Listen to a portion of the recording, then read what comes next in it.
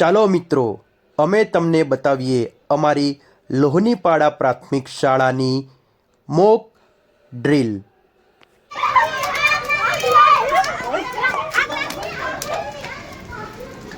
આગ લાગી આગ લાગી આગ લાગી છે આગ લાગી છે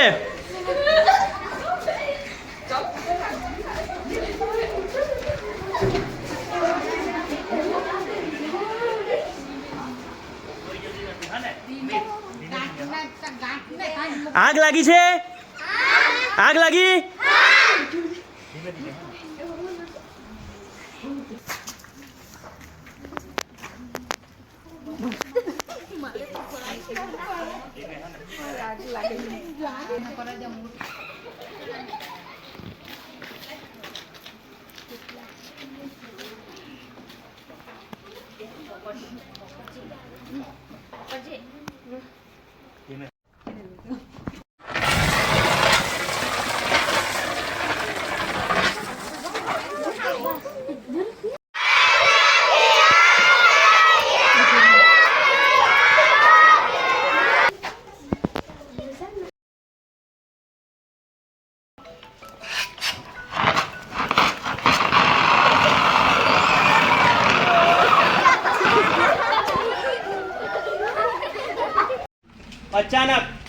અચાનક આગ લાગી જાય તો શું કરવાનું?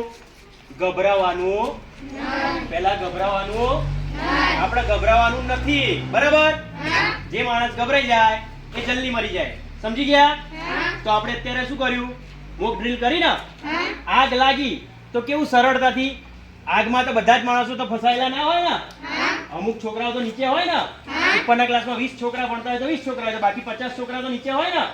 તો નીચે મદદ માટે ઉભા રહી શકે, ઉપરના 20 છોકરાઓને મદદ કરી શકે. તો આપણે એ ટાઈમે ભાગી જવાનું નહીં. તમારા ક્લાસમાં હોય તો ભાગી જવાનું, બાકી જે લોકોને બચાવવાના છે એમના માટે મદદે ઉભા રહેવાનું. તો આપણે ખૂબ સારી રીતે અત્યારે મોક ડ્રીલ કરી. આગ લાગે તો કેવી રીતે નીચે ઉતારવાનો ખ્યાલ આવ્યો તમને?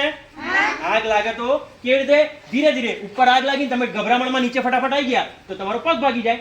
તો ખૂબ શાંતિથી અને સારી રીતે નીચે ઉતારવાનું, સમજી ગયા બાળકો? તો આગ લાગે ત્યારે આપણે આવું કરીશું. કરશો ને તમે બધા? ઓકે, શાંતિ ને? આ શું છે? આ શું છે?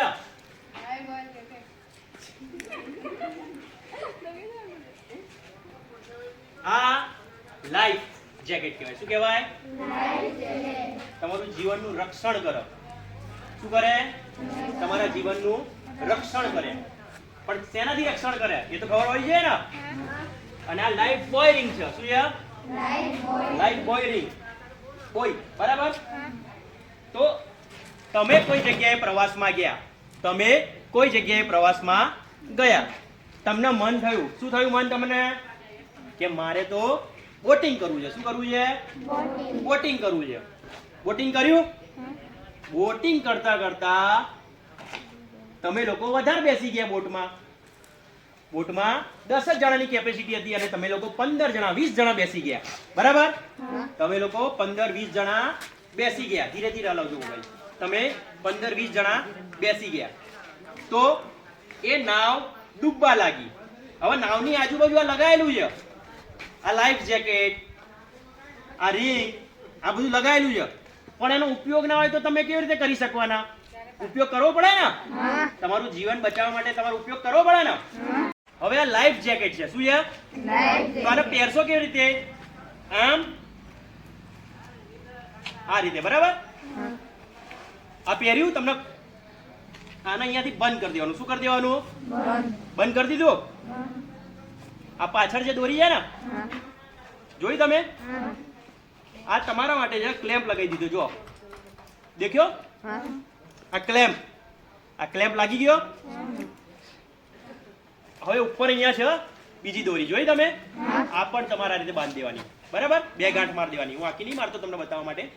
તો તમે પાણીમાં જ્યાં ડૂબશો ને તો આની અંદર એવી વસ્તુ વાપરવામાં આવે છે, સ્પંજ, જાડુ સ્પંજ, જે તમને ડૂબવા દેશે નહીં. આમાં ફુગ્ગો નથી હોતો, સ્પંજ જેવું હોય છે જે તમને અંદર ડૂબવા દેશે નહીં. એટલે જેવા તમે પાણીમાં પડશો એટલે તમારું શરીર આ રીતે ઉપર ઉપર રહેશે.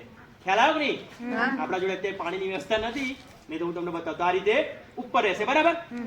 હવે તમારી જોડે આનો તો ઉપયોગ તમને ખ્યાલ આવી ગયો. હવે રિંગ તો કોઈ માણસ ડૂબતો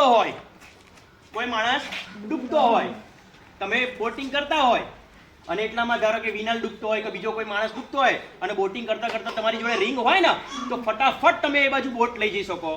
નજીકના કોઈ સ્થળે ડૂબતો હોય તો આ રિંગ દેખાય તો આ રિંગ એની બાજુ ફેંકી શકો, કાં તો રિંગમાં દોરી બાંધી અને તમે રિંગ ફેંકી શકો. સમજી ગયા? અથવા તો દૂર હોય અને તમને તરતા આવડતું હોય તો આ રિંગ ને લઈને તમે જઈ શકો. ખ્યાલ આવ્યો કે નહીં આવ્યો? આ રિંગ તમને ડૂબવા દેશે મિનિમમ 2-3 માણસોને ડૂબવા નહીં દે.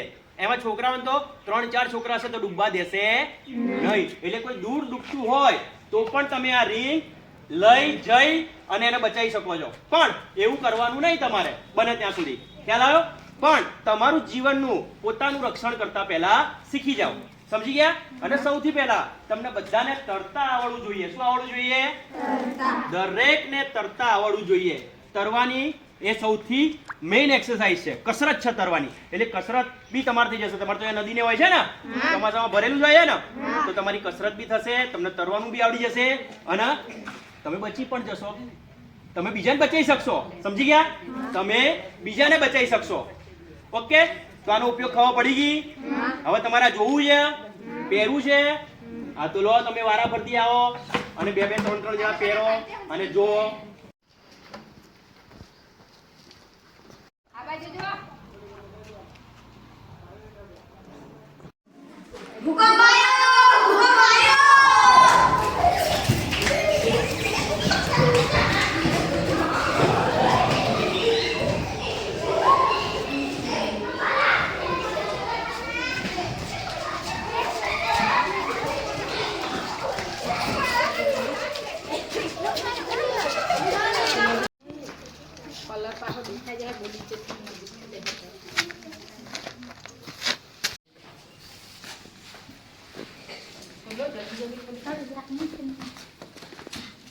જલ્દી રેશન એકદમ પેલું રૂ કાઢે ને.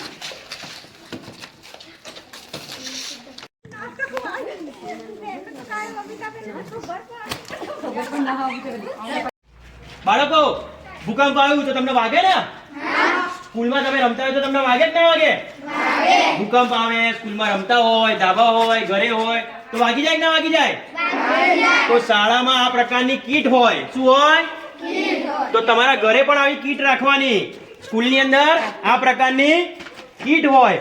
આની અંદર બધા જ પ્રકારની દવા હોય. તાવ, શરદી, ખ્યાલ આવ્યો? પાટા, ક્રીમ, ડેટોલ, બધી જ વસ્તુ. તો કેવી રીતે બાંધે ટીચર દેખાય તમને? ટીચર કેવી રીતે બાંધે દેખાય ને? તો આ રીતે તમે પાટો બાંધી અને એની તાત્કાલિક સારવાર કરી શકો. જો આને વધારે વાગી ગયું હોય અને વધારે લોહી નીકળે, તો શું કરવાનું? તાત્કાલિક પાટો બાંધી દેવો. કોઈ પણ જાતની દવા ના મળે તો શું કરાય? હલ્દી જોયેલી છે ને, હળદર, એ હળદર પણ ભરાય અને સાદું ચોખ્ખું કપડું પણ લગાવી દેવાય. પણ લોહીને વહેતું અટકાવી દેવાનું. જે લોહી વહેતું હોય એને તાત્કાલિક ધોરણે અટકાવી દેવાનું. તો આ રીતે આપણે મેડિકલની સારવાર આ દર્દીઓને આપી શકીએ. દર્દી નહીં, પણ આ જે વાગેલું છે એ લોકોને આપણે આપી શકીએ. તો બાળકો સમજી ગયા તમારે શું કરવાનું છે? जोर से बोलिए. आप में दम नहीं है? आप में दम नहीं है? खाना खा के आए हो? हाँ. जोर से बोलिए. कम्प्लीट. आपको सब समझ में आ गया? ओके. तो चलो મિત્રો, ફરી મળીશું નવા વિડીયો સાથે, મારી લોહનીપાડાના શાળાના બાળકો સાથે. આવજો મિત્રો. Bye bye, Tata.